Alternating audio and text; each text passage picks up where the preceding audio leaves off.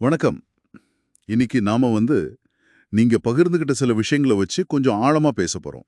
முக்கியமா நம்மளோட உள் உணர்வுகள், அப்புறம் நம்ம ஆற்றல், இதெல்லாம் எப்படி நம்ம வெளி அனுபவங்களை உருவாக்குதுன்னு பார்க்கலாம்.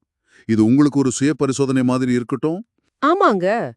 குடுத்திருக்கிற இந்த குறிப்புகள்ல ஆற்றல், அதிர்வெண், அப்புறம் இந்த நன்றியுணர்வு, மனசோட சக்தி, இத பத்தி நெறைய நல்ல கருத்துக்கள் இருக்கு. இதுல இருந்து உங்களுக்கு எது ரொம்ப முக்கியம், எது நடைமுறைக்கு உதவும்னு நம்ம பிரிச்சு பார்க்கலாம் இப்போ. எது யூஸ்ஃபுல், ஏன் யூஸ்ஃபுல்னு. அருமை. சரி, முதல்ல நம்ம உணர்வுகளை பத்தி பேசுவோம். இப்போ நீங்க தினமும் எந்த மாதிரி உணர்வை அதிகமா உணர்றீங்க? இல்ல எந்த உணர்வை நீங்க பயிற்சி செய்றீங்க? ஏன்னா ஒரு கருத்து இருக்கு. நாம எதை திரும்ப திரும்ப பயிற்சி செய்யறோமோ அதுவே நம்ம இயல்பா மாறிடும்னு. துன்பத்தையே எணிச்சிட்டு இருந்தா அதுவே பழகிடும் போல. அது அது ரொம்ப முக்கியமான பாயிண்ட் நீங்க சொல்றது.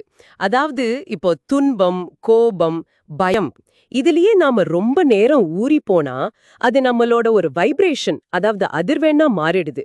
ஆனா இதுவே நன்றியுணர்வு, அன்பு, கருணை இந்த மாதிரி கொஞ்சம் உயர்வான உணர்வுகளை நாம கான்ஷியஸா, அதாவது நனவா பயிற்சி செஞ்சா ஆரம்பத்துல கொஞ்சம் கஷ்டமா, செயற்கையா இருக்கலாம், உண்மைதான். ஆனா விடாம செஞ்சா அது நம்ம இயல்பான நிலையா மாறிடும். நன்றி உணர்வுங்கிறது சும்மா நன்றி சொல்றது இல்ல. அது ஏதோ ஒண்ணு ஏற்கனவே கிடைச்ச மாதிரி ஒரு உணர்வு, ஒரு நிறைவு. அந்த நிலையில இருக்கும்போது நீங்க நல்ல விஷயங்கள, நல்ல எண்ணங்கள ஈஸியா ஏத்துக்க தயாரா இருப்பீங்க. ஓ, அப்போ இந்த உள்ளுணர்வு நிலைக்கும் நம்ம உடம்புக்கும் உடல் ஆரோக்கியத்துக்கும் நேரடி தொடர்பு இருக்குன்னு சொல்றீங்க இல்லையா? குறிப்பா இதயம் பத்தி ஏதோ குறிப்புகள் இருந்த மாதிரி இருந்துச்சு. நிச்சயமா. அதுக்கு நேரடி தொடர்பு இருக்குங்க. இதயம் ஒரு கோஹெரண்ட் நிலையில, அதாவது ரொம்ப சீரான, ஒழுங்கான ஒரு லயத்துல துடிக்கும்போது அது மூளைக்கு ஒரு சிக்னல் அனுப்புதான். எல்லாம் சேஃப், எல்லாம் பாதுகாப்பா இருக்கு. நீ இப்போ கிரியேட்டிவா யோசிக்கலாம், கனவு காணலாம் அப்படிங்கிற மாதிரி. அப்போ மூளை ஆல்பா அலைநிலைக்கு மாறுது. அதுதான் படைப்பாற்றலோட நிலை. சில குறிப்புகள்ல சொல்ற மாதிரி நாம நமக்காக இல்லாம மத்தவங்களுக்கு ஹெல்ப் பண்ணும்போது கூட இதயம் தானா அந்த நிலைக்கு போகுமா. ஏன்னா இதயம்ங்கிறது இயல்பாவே ஒரு அன்பின் வெளிப்பாடு இல்லையா? இது கேட்கவே ஆச்சரியமா இருக்கு. அப்போ நம்ம எண்ணங்களும் உணர்வுகளும் நம்ம யதார்த்தத்தையே உருவாக்குதுன்னு சொல்றாங்களா? அது எப்படிங்க வேலை செய்யுது? சில மூலங்கள்ல இத குவாண்டம் இயற்பியலோட ஒப்பிடுறாங்களே, கவனிப்பவர் யதார்த்தத்தை மாற்றுவார்னு. அது மாதிரி? ஆமா, ஒரு வகையில அந்த மாதிரி சொல்லலாம்.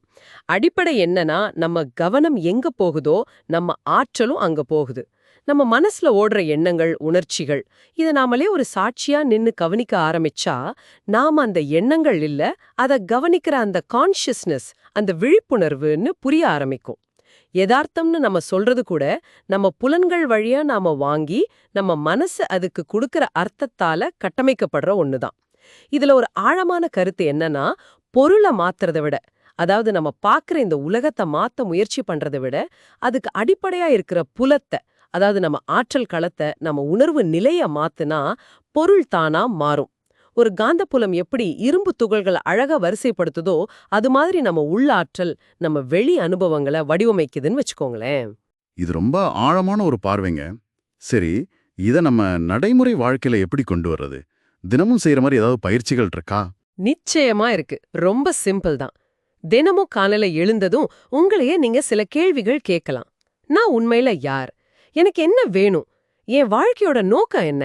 நான் இன்னைக்கு எதுக்கெல்லாம் நன்றியோட இருக்கிறேன்? இதுக்கு உடனே பதில் வரணும்னு அவசியம் இல்ல. இந்த கேள்விகளை தொடர்ந்து கேட்டுக்கிட்டே இருக்கிறது அதுவே ஒரு பயிற்சி. பதில்கள் சரியான நேரத்துல உங்களுக்குள்ளந்தே போறோம்.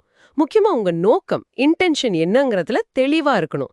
நீங்க எதை அடையணும்னு நினைக்கிறீங்களோ அந்த எண்ணத்தோட அது கிடைச்சிட்டா எப்படி உணர்வீங்களோ அந்த உயர்வான உணர்வையும் எலிவேட்டட் எமோஷனையும் சேர்த்து நீங்க உணரும்போது அப்போ நீங்க அந்த யதார்த்தத்தை அட்ராக்ட் பண்ண ஆரம்பிக்கிறீங்க.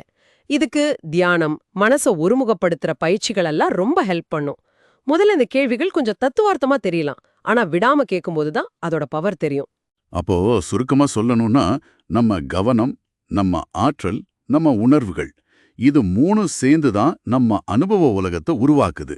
நம்ம உள் உலகத்தை சரி பண்ணா வெளி உலக அனுபவங்களும் மாறும். கரெக்டா? மிகச்சரியா சொன்னீங்க. அதுதான் இந்த எல்லா கருத்துக்களுடைய சாராம்சம்.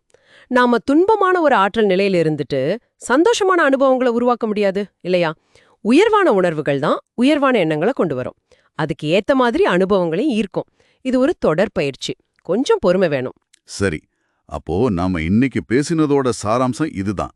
உங்க எண்ணங்கள், உணர்வுகள், உங்க ஆற்றல் நிலைகள் இது எல்லாம் கவனிச்சு நனவா உயர்வான உணர்வுகளை நீங்க பயிற்சி செஞ்சீங்கன்னா உங்க வாழ்க்கையோட அனுபவத்தை நீங்களே ஒரு சிற்பி மாதிரி வடிவமைக்க முடியும். ஆமா, சின்ன சின்ன உள்மாற்றங்கள் கூட வெளியில பெரிய விளைவுகளை ஏற்படுத்தும். நிச்சயம். இத கேட்டுட்டு இருக்கிறவங்களுக்கு ஒரு சின்ன சிந்தனைக்கு, இந்த வாரம் உங்க உள்நிலையில ஒரு குறிப்பிட்ட நல்ல உணர்வை நனவா பயிற்சி செய்ய முடியுமா? இல்லைனா ஒரு தெளிவான நோக்கத்துல உங்க கவனத்தை தொடர்ந்து ஒரு நாளைக்கு கொஞ்சம் நேரம் செலுத்த முடியுமா? அப்படி செஞ்சு பார்த்துட்டு உங்க வெளி உலகத்துல அது என்ன மாதிரி ஒரு தாக்கத்தை ஏற்படுத்துதுன்னு கொஞ்சம் கவனிச்சு பாருங்களேன். அது உங்களுக்கு என்ன சொல்ல வருதுன்னு பாருங்க.